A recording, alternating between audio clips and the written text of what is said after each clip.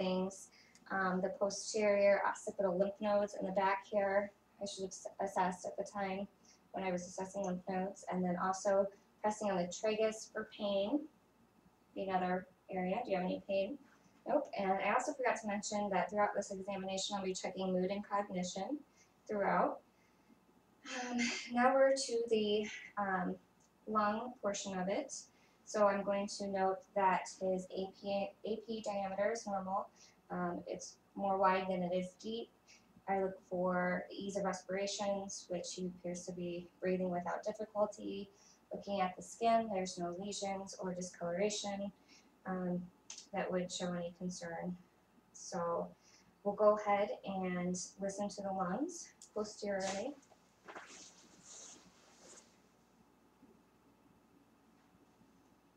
And take a deep breath in through your nose, out through your mouth.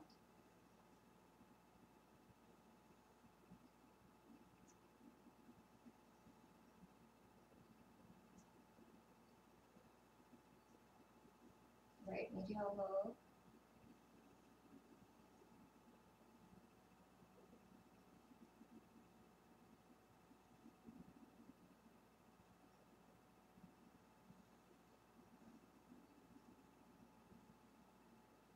Okay.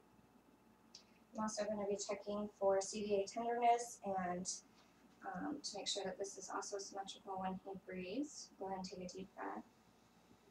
Make sure my hands rise evenly. Okay, now I'm going to ask for any tenderness. Any tenderness? Oh, that would be the CVA tenderness. Now I'm going to listen to the anterior thorax. And this is the apex of the lung.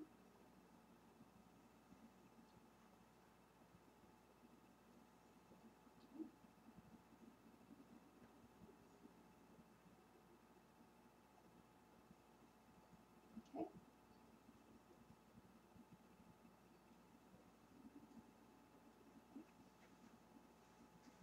Now I'm going to go ahead and assess the carotids and listen for any thrills or bruits.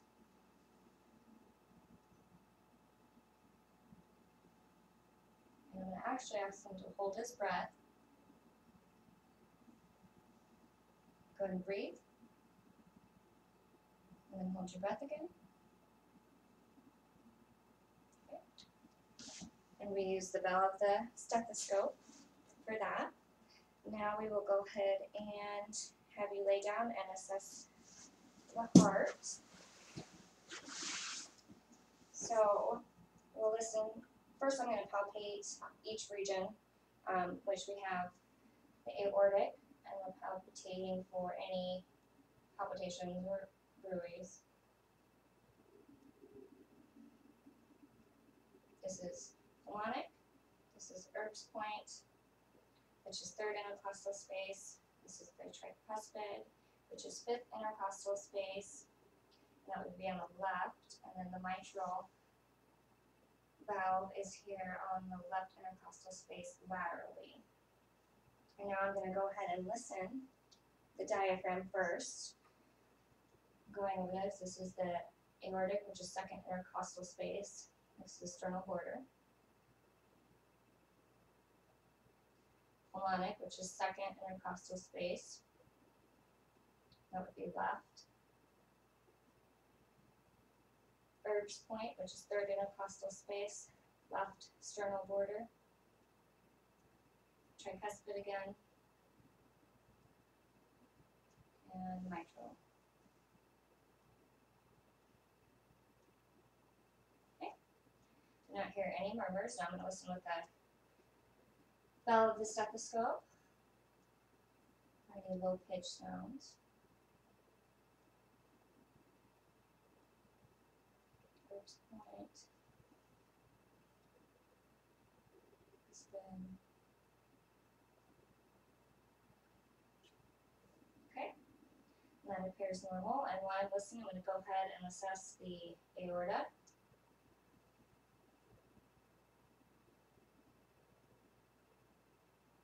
And the renal arteries.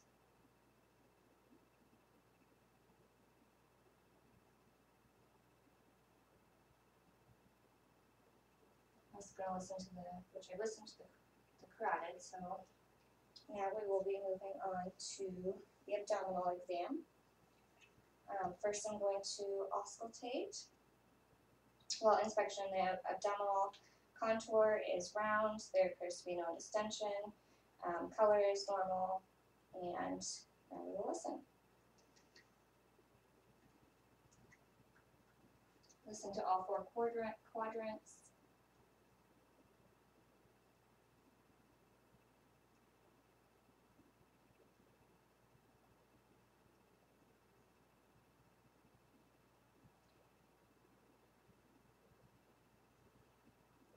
He has normal vowel sounds. Also note that the umbilicus is normal, there's no lesions, drainage, and it appears in the correct position. So now we will move to light palpitation and naming each organ that's underneath, or each organ that we're palpitating. So we'll start with the right lower quadrant, which you have your appendix, and then you have your right upper quadrant, which is your liver and gallbladder. And we'll feel the liver edge with deep palpitation. Then you have your left upper quadrant, which has your spleen and stomach. And then left lower quadrant has your descending colon. Now we'll go ahead and do the deep palpitation. Let me know if it's too much pressure or you're not tolerating it. I'll have you take a deep breath in when I tell you, and then when you take that deep breath in, I'll let you know when to let it out, okay? So ready? Take a deep breath in. Okay, go ahead and let it out. Okay, now deep breath in. This is where you feel your liver edge, or an enlarged spleen or enlarged liver. There we go. Sorry. Now go ahead and take a deep breath in. Go ahead and let it out. Okay. And same here for the descending colon. There's an abscess there from a perfect diverticuli. We would feel it here. Sorry, let that out. So that all appears normal. Now what we'll do is we'll go ahead and assess range of motion. So I will go ahead and have you sit back up. So we're going to check range of motion. So first, can you flex your wrist up and down? How about your elbows? This, you can kind of just mimic what I do. Turn your head up and down, side to side. All that feels normal. Okay. Now, testing upper strength, we pull back on my arms. There you go. Okay. And arms out. And go ahead and don't let me press down. So his upper and lower strength is equal on both sides. And now we'll go ahead and assess fingers. So don't let me push them together.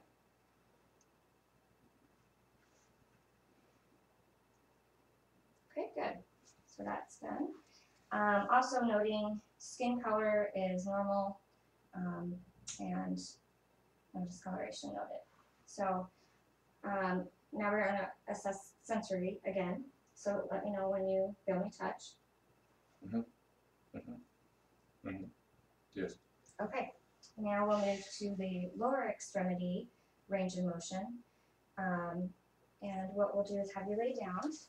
Oops, sorry.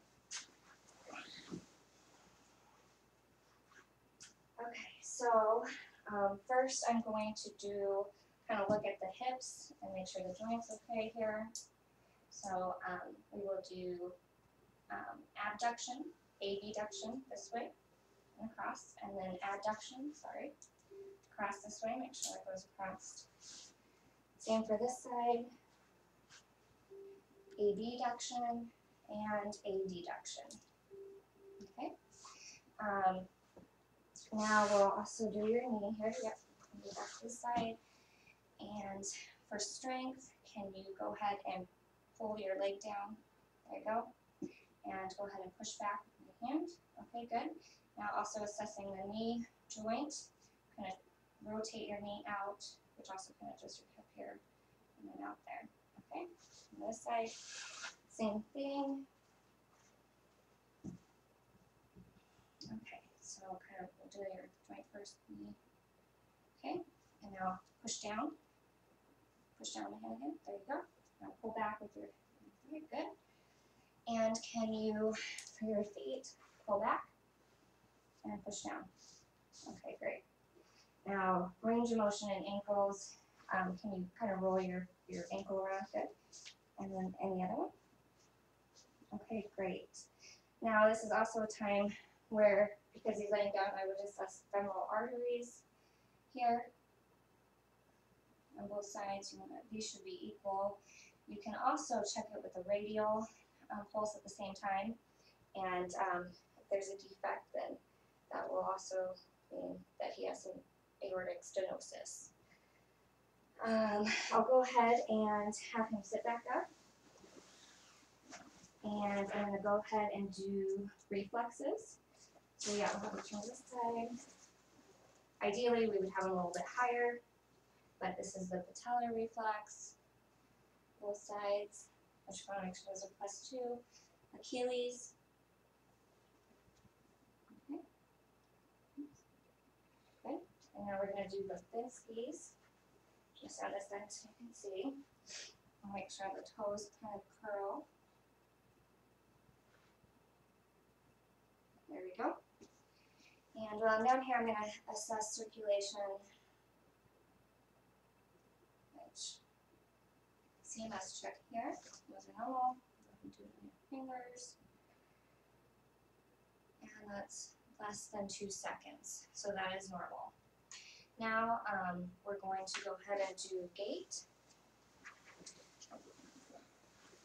Go ahead and stand up. The first thing I'll have you do is close your eyes and hold your arms out. Okay, good. There's no wobbling. And then walk heel to toe towards the camera. Okay, that's good. Now you can go ahead and do the duck walk. Okay, good. And that completes our physical examination.